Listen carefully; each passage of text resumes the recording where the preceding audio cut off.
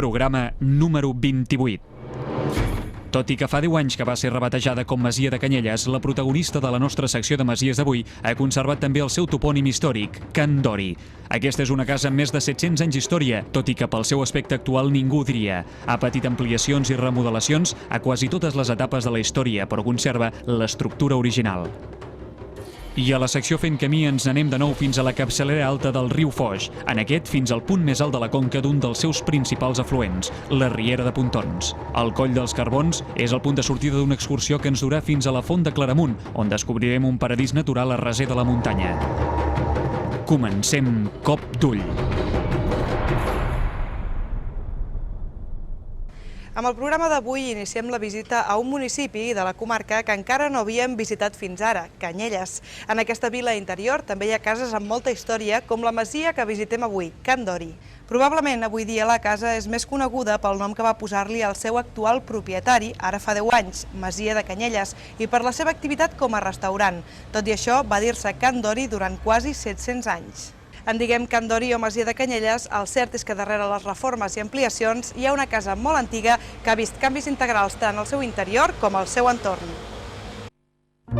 Al vell mig de Canyelles, camuflada dins una urbanització residencial coneguda avui dia amb l'exòtic nom de Califòrnia, hi ha una masia antiga de tradició ramadera i agrícola que data del segle XIV, Can Dori.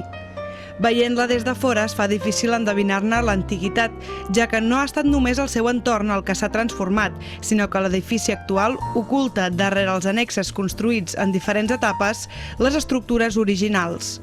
Només veient-la amb suficient perspectiva es reconeixen les parts més antigues de les noves. Tot i que fa una dècada la casa va rebatejar-se amb el nom de Masia de Canyelles, el topònim històric és Can Dori, que deriva del nom Caldori, que alhora és una reducció de Casaldòria. A més, segons l'historiador Vicenç Carbonell, Dòria és una paraula bascoide que significa font i, per tant, es podria traduir Caldòria per Casa de la Font. Així doncs, aquest és un nom que ha evolucionat amb el pas dels segles. Al 1303 apareix la primera referència a la casa amb Guillem de Casaldòria com a propietari.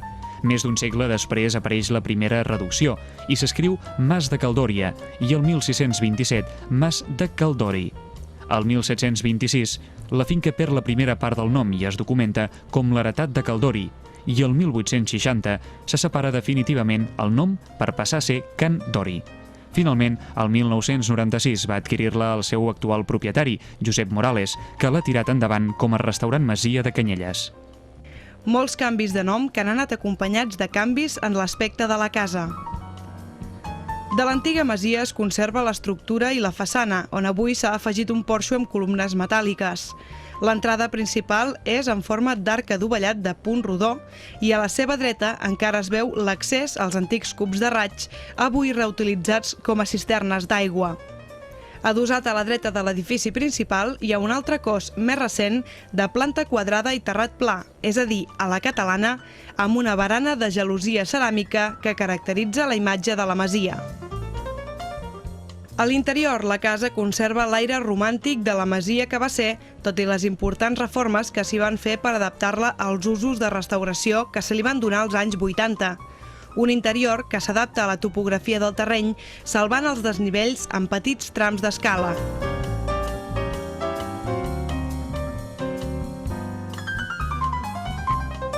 Als antics corrals, les menjadores s'han convertit en bancs. Però l'espai més emblemàtic és, sens dubte, l'antic celler, on es conserven les grans bigues de fusta originals i els pilars de totxo massís que les suporten.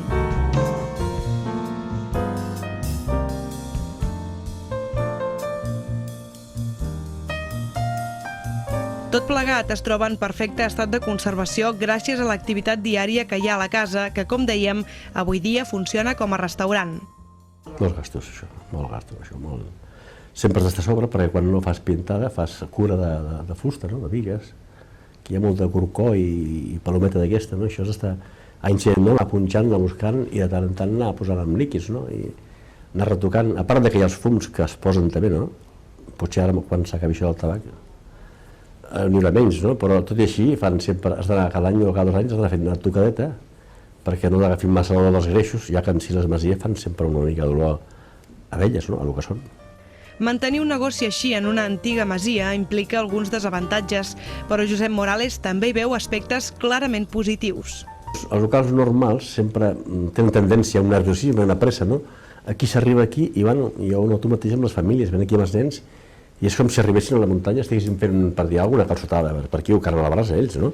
Perquè s'entenen dels nens, seuen a taula i els donen a les 5, a les 6 de la tarda, aquí sentats a taula tranquil·lament, no? O sigui, dona una altra tranquil·litat, una altra... O m'ho sembla amb mi, no? Els propietaris actuals van adquirir la casa quan ja funcionava com a restaurant, però amb la voluntat d'adaptar-la també a convits i celebracions. És per això que al lateral esquerre van afegir-hi una sala de 250 metres quadrats amb capacitat per 200 persones i van convertir la vessant de la muntanya en jardins. El que es veu avui dia, doncs, és el resultat d'aquesta última ampliació que també va ocultar la façana posterior de la casa.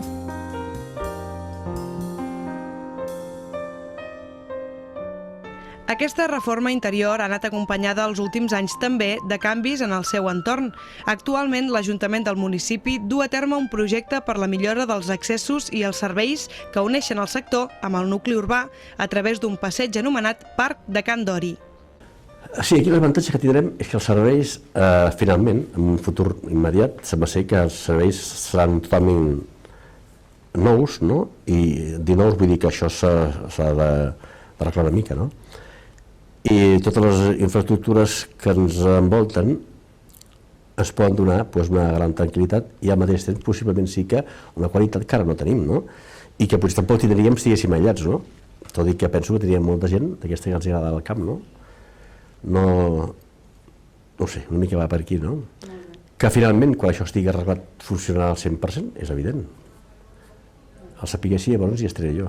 Les transformacions per Can Dori i Masia de Canyelles, doncs, encara no han acabat. Tot i això, la masia continuarà tenint la vista posada a la falda del Puig Montgròs.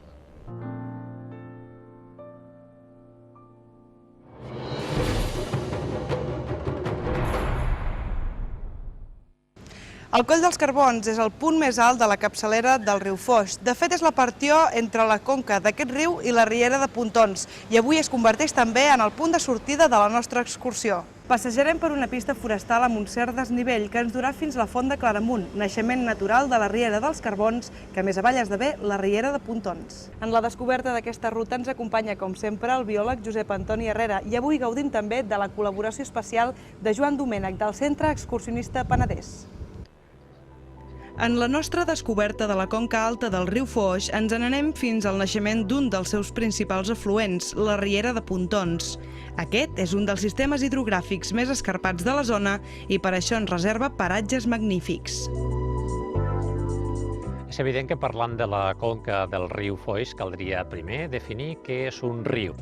I podem definir un riu com un corrent natural d'aigua que va parar al mar, o bé a un llac o un altre riu. Especialment el que recollint l'aigua d'una conca, d'una gran extensió o d'una vall de drenatge abundós, porta sempre poca o molta aigua. La conca d'un riu, en aquest cas el riu Foix, estarà composada per la capçalera de cada un dels seus 4 principals afluents, més les rieres i torrents tributaris, el decurs d'aquest riu en els seus diferents trams i, finalment, la seva desembocadura.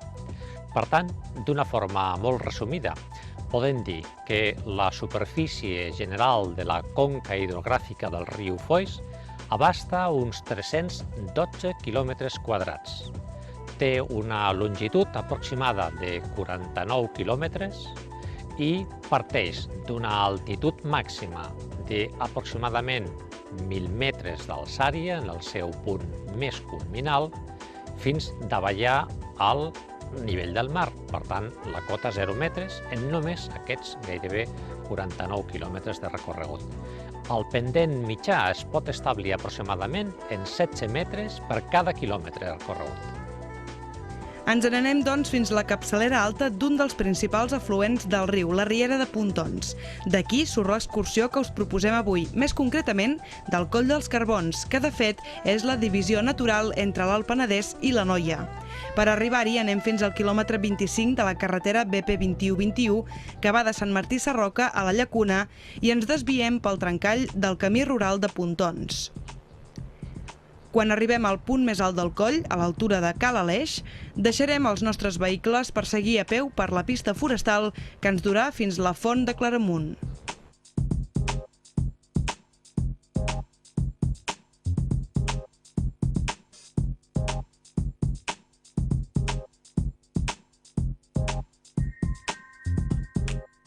Aquest és el Coll dels Carbons. Concretament és la divisòria d'aigües, el trencant d'aigües entre el riu Foix, que tenim just a la nostra esquena, i la riera de Pontons, que quedaria al davant nostre. A partir d'aquí iniciarem aquest interessant itinerari.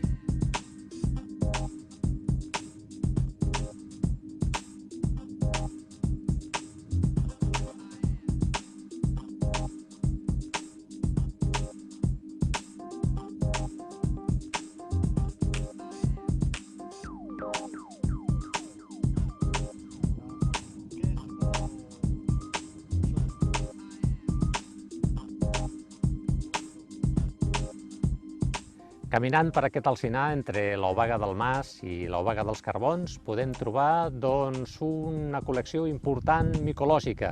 Fixeu-vos bé com aquest cistell de rovellons o de les llores blanques diuen de la importància micològica de tot aquest indret i que, per tant, hem de conservar i hem de curar perquè no s'exhaureixi.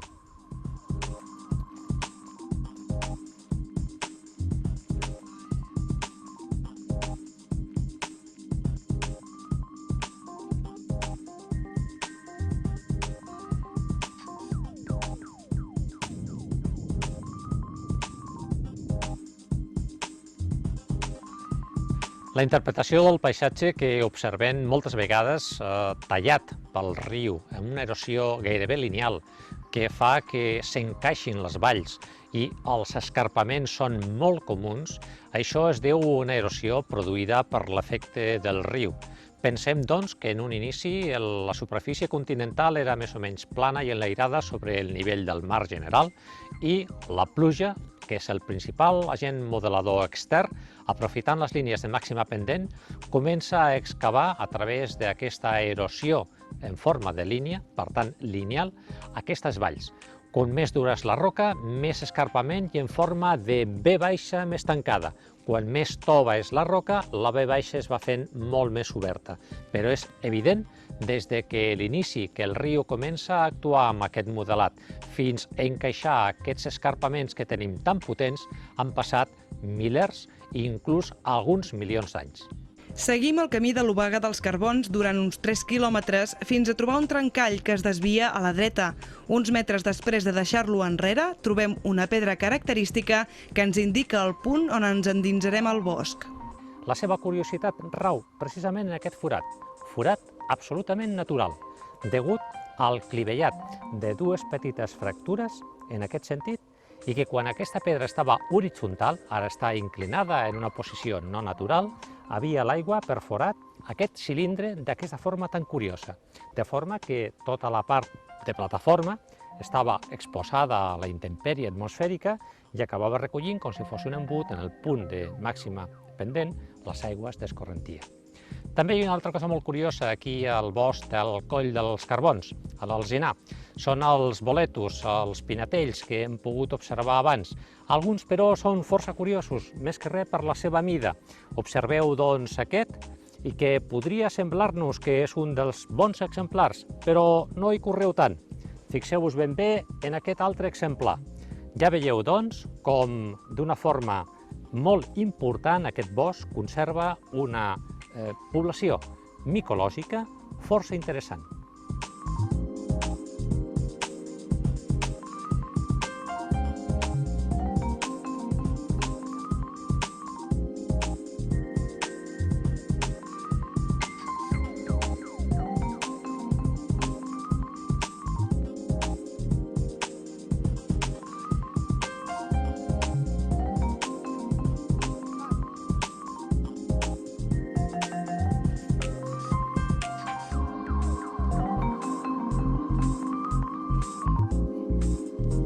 l'inici d'aquesta riera dels carbons de l'aigua, sobretot aquest curs envasat de la mateixa, es correspon doncs, a un petit saltant que està contingut en terres amb un mur de pedra seca i una bassa construïda a l'efecte. És el racó on s'inicia la davallada d'aquesta riera de carbons, que després serà tributària de la riera de Pontons. Per tant, estem en el punt més alt del inici fluvial, no de font, però sí de riera, d'aquesta important capçalera alta de la riera de Pontons.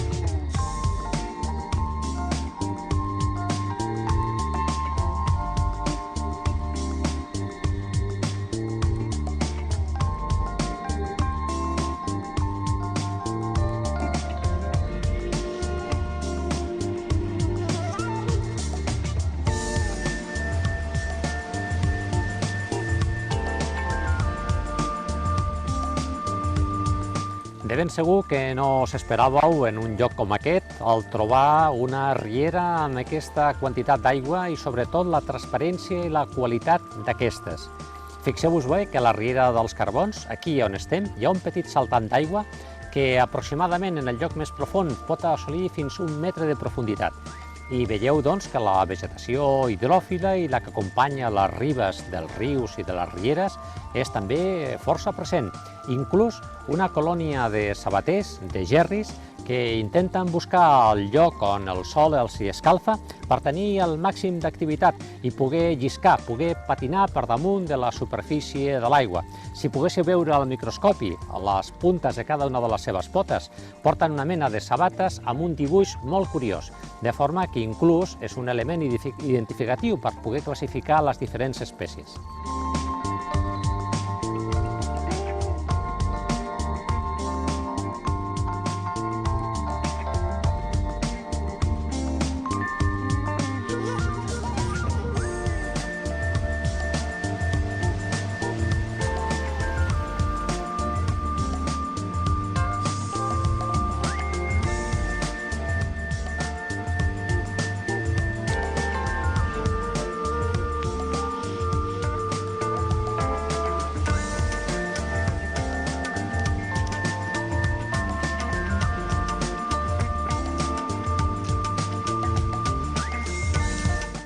Estem situats ara al Coll dels Carbons.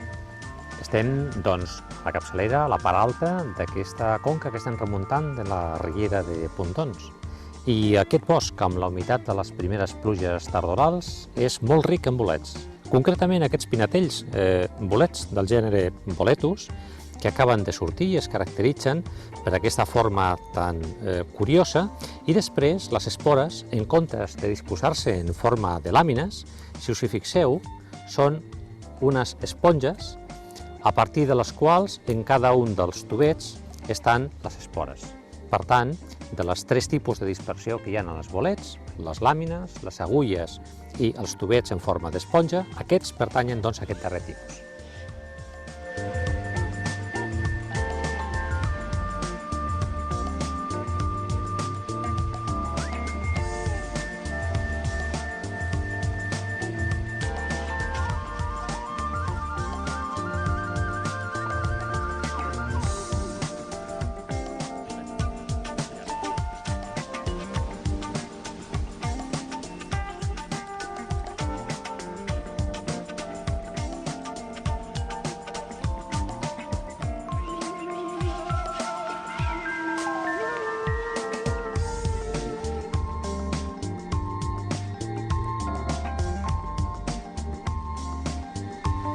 La part alta de la capçalera de la riera de Pontons conté fins a 30 fonts conegudes. És evident que no us cansarem amb una relació exhaustiva de totes elles, però sí de les més importants i les que podrien ser el naixement d'aquesta riera de Pontons. Aquest és el cas de la font de Claramunt, que es troba en el punt més alt, just davallant escassament 10 metres de cota del Coll dels Carbons. És una font petita, que davalla un cabal també minso, però que manté una certa humitat en aquest bosc d'alzina que és força atapeït i molt ombrívol.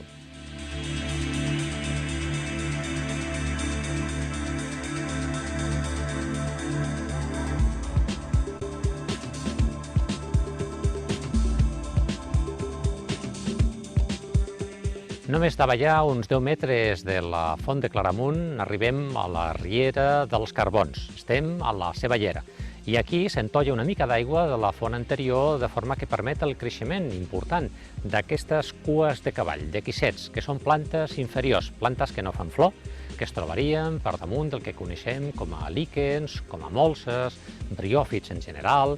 Després també tindríem les plantes, les falgueres, i immediatament, abans les plantes en flor, tindríem aquests equissets. Són plantes, doncs, que tenen una forma de tija que recorda molt la canya comuna, i a més surten els seus fullets de forma verticil·lada al voltant de cada un dels nusos.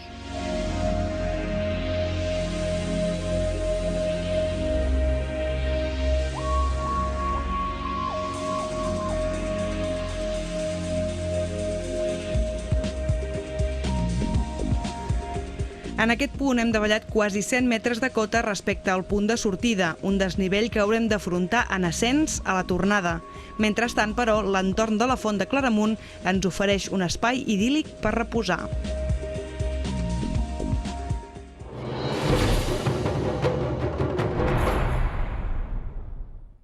Bé, amics, per avui ho deixem aquí. Al proper programa seguirem coneixent masies de Canyelles i rutes per la zona de Pontons. Esperem els vostres missatges i suggerències a copdull@canalblau.net. Ens retrobem d'aquí a 7 dies. Que passeu bona setmana. Adeu!